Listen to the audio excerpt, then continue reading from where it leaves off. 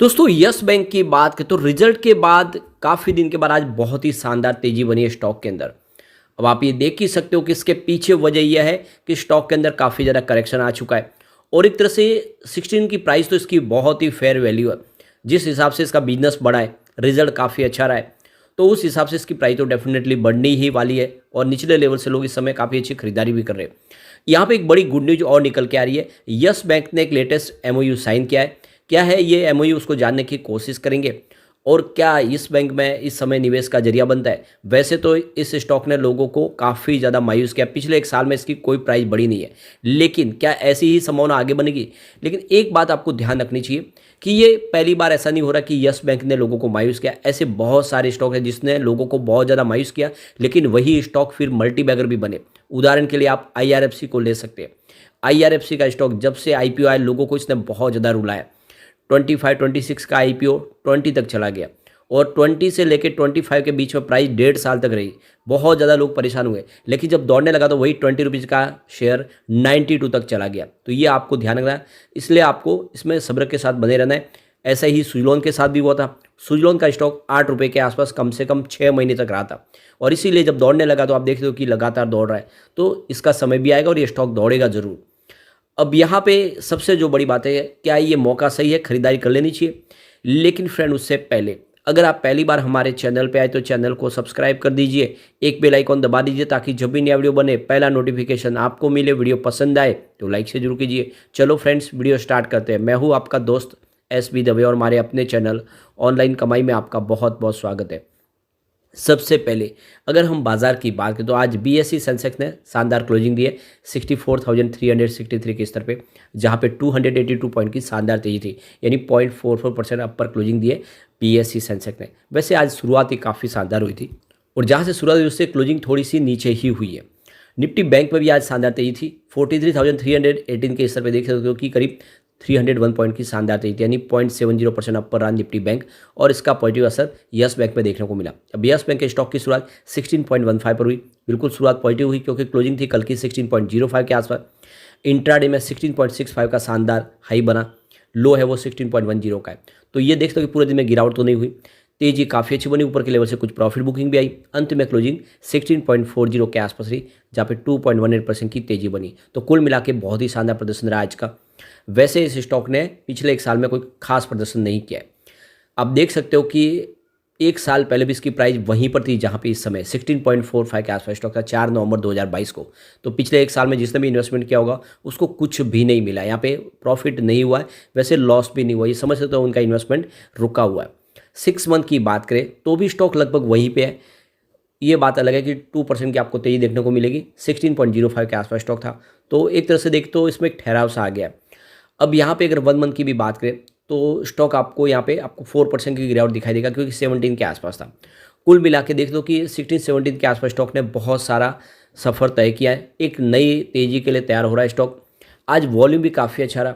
आज ये देख ही सकते हो कि वॉल्यूम के मामले में पूरे बाजार में नंबर 4 पे था और वॉल्यूम बढ़ा, इसका मतलब ये कि लोगों का रुझान स्टॉक की तरफ बढ़ने लगा है।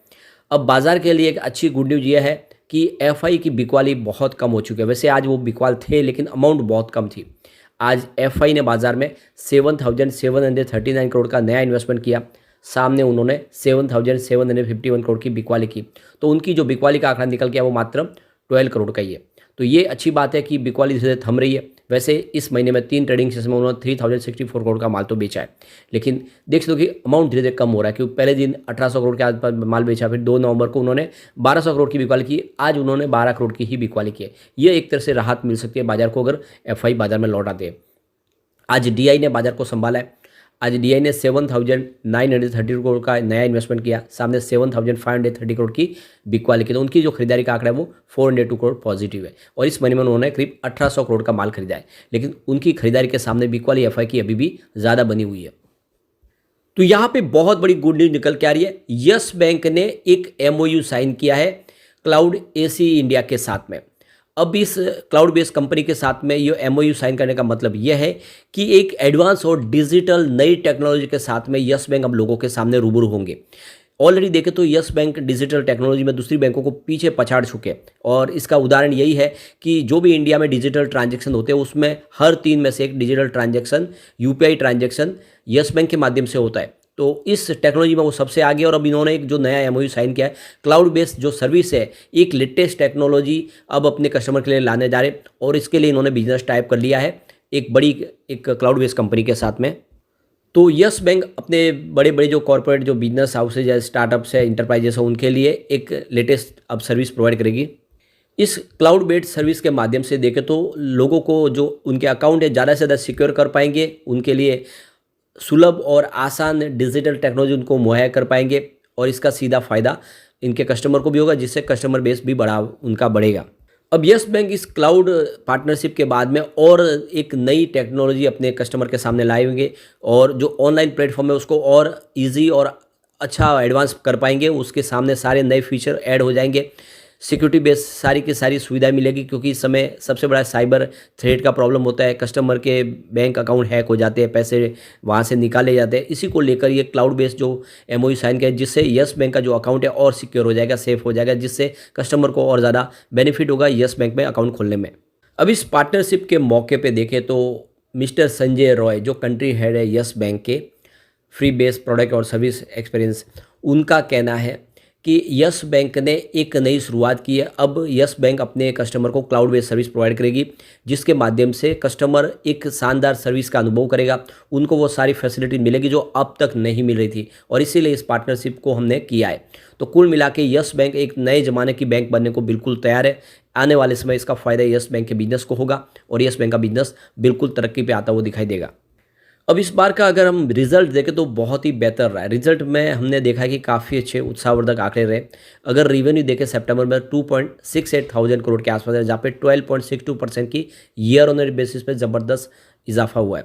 नेट इनकम देखें तो 228.64 करोड़ के आसपास है, जहाँ पे 42.53% की ईयर ऑन ईयर बेसिस पे बढ़त देखने को मिली है। और अगर हम डायलूटेड ईपीएस देखें तो 0.08 रहा है, जहाँ पे 33.33% की ईयर बेसिस पे बढ़त देखने को मिली है। नेट प्रॉफिट मार्जिन 8.53% रहा है, जहाँ पे 26.56% की ईयर बेसिस पे ज़बरदस्त जंप देखने को मिली है। ओवरऑल रिजल्ट बहुत ही बेहतर रहा। अगर आप रिवेन्यू देखें तो लगातार बढ़ रहा है पिछले कई क्वार्टर से। सितंबर 2022 में जहाँ पे 6,406 करोड़ के आसपास था, वो सितंबर 2023 तक बढ़ के 7,981 करोड़ तक पहुँच गया, और हर क्वार्टर में आप देखें तो रिवेन्यू बढ़ रहा है, यानी बिजनेस बढ़ रहा है। अब प्रॉफिट की बात करें तो सितंबर 2022 में 160 करोड़ के आसपास था, सितंबर 2023 में बढ़ के ये 229 करोड़ के आसपास पहुंच गया। वैसे जून काफ़ी शानदार था, 347 करोड़ का बड़ा प्रॉफिट हुआ था। तो क्वार्टर ऑन क्वार्टर बेस पे प्रॉफिट जरूर कम हुआ है, लेकिन ईयर ऑन बेस पे प्रॉफिट ज़बरदस्त बढ़ा है। काफ़ी ज़बरदस्त तरीके से बिजनेस बढ़ रहा है, और आंकड़े उत्साहवर्धक है। नेटवर्थ भी बढ़ा है बैंक का। जून 2022 में जहाँ पे 34,110 करोड़ के आसपास था, वो जून 2023 में बढ़ के 41,141 करोड़ तक पहुंच गया है। तो काफ़ी शानदार तरीके से बिजनेस बढ़ रहा है, और बड़े लॉस से अब बैंक आ चुके हैं प्रॉफिट में, और इसकी प्राइस बिल्कुल नहीं बढ़ी। आप समझ सकते हैं फंडामेंटल बहुत ज़्यादा सुधर चुके हैं, कामकाज पटरी पे आ चुका है, और प्राइस अभी भी नीचे है। ऐसे में आपके लिए एक अच्छा मौका है, इसमें दाव लगाए, कम से कम 2 से 5 साल दीजिए। यस बैंक आपको मालामाल कर सकता है। यस बैंक के अंदर भी वो पोटेंशियल है जैसा आपने सुजलॉन में देखा होगा या आईआरएफसी में देखा होगा। तो जो स्टॉक मैंने आपको लगातार एनालिस करके बताए वो सब दौड़े है, यही बाकी है, इसका भी नंबर बहुत जल्द लगने वाला है। तो ये मौका है आखिरी आपके पास, इन्वेस्टमेंट कर सकते हैं। लेकिन फ्रेंड, कोई भी इन्वेस्टमेंट करने से पहले अपने फाइनेंशियल एडवाइजर से बारे में ले ले, या अपना खुद का रिसर्च करें, क्योंकि मैंने वीडियो आपके एजुकेशनल पर्पज़ के लिए ही बनाया। वीडियो पसंद आए तो लाइक से जो कीजिए और चैनल को सब्सक्राइब कर दीजिए। Thank you friend.